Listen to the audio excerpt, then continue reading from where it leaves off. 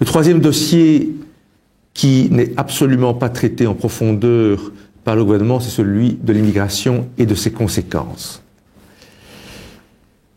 Ce troisième défi concerne l'immigration tant sous l'angle économique que sous l'angle civilisationnel. Il est complètement négligé. Je voudrais le redire avec force. Aborder la question de l'immigration sans préjugés, sans tabou, n'est pas sombrer dans le racisme. D'après le sondage réalisé en juin 2011, qui est un sondage mondial, 72% des Belges estiment que la politique d'immigration en Belgique est un échec total. 72% des Belges. Et 92% pensent qu'elle est hors de tout contrôle depuis les 5 dernières années. 92% des Belges. C'est d'abord à nos yeux un échec économique, avec une immigration massive où certains viennent se servir au généreux État buffet qu'est la Belgique. Retenez cette notion, un État buffet où l'on vient se servir.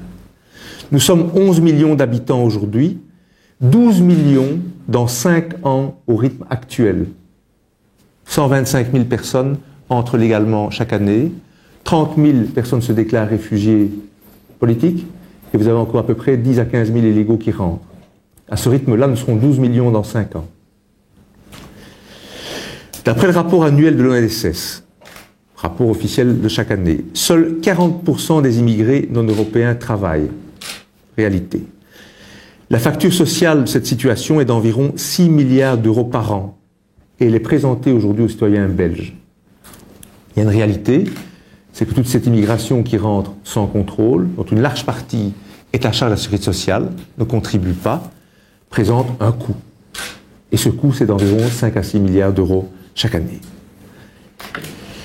Ce qui est particulièrement choquant à nos yeux, c'est que pendant ce temps, des citoyens belges précarisés, des petits retraités, se voient refuser les aides sociales, se voient refuser les habitations sociales adéquates au profit de nouveaux venus qui n'ont jamais contribué au bien-être commun en Belgique.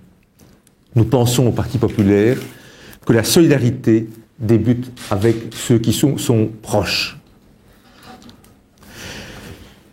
Mais l'homme ne vit pas seulement que de pain. Le problème aussi est qu'une partie de ces immigrés réfutent nos valeurs, les récusent au nom de leurs valeurs importées. Monsieur Guéant, ministre de l'Intérieur français, a pourtant raison. Toutes les civilisations ne se valent pas. Au Parti populaire, nous récusons la volonté de réappropriation de la sphère publique par des courants religieux moyenâgeux et leurs symboles. Nous récusons les velléités de remettre en cause l'égalité homme-femme, si durement conquise. L'excision infligée à des milliers d'enfants dans notre propre pays, milliers en Belgique. Les mariages forcés, les crimes d'honneur et plus généralement les menaces sur la liberté de penser, en ce compris le droit au blasphème.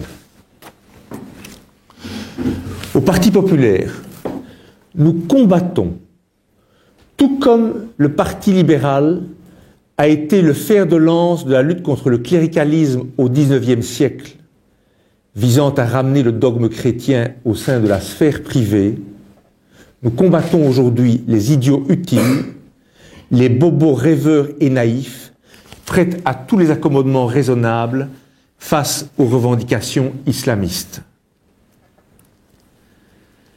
Nous devons enfin peser les conséquences et prendre les mesures face à une évolution démographique qui amènerait une majorité arabo-musulmane à Bruxelles dès 2030 et dans certaines villes belges telles Verviers.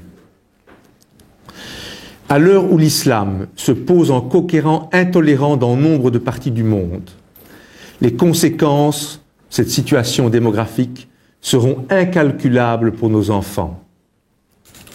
Tout cela nous oblige à repenser la place de Bruxelles dans un ensemble démocratique plus large, qu'il soit wallon ou flamand. Question ici institutionnelle, sort de Bruxelles pour tenir compte de cette évolution démographique. Seule livrée à elle-même, ça signifiera une majorité arabo-musulmane avec toutes les conséquences dans 15 à 20 ans.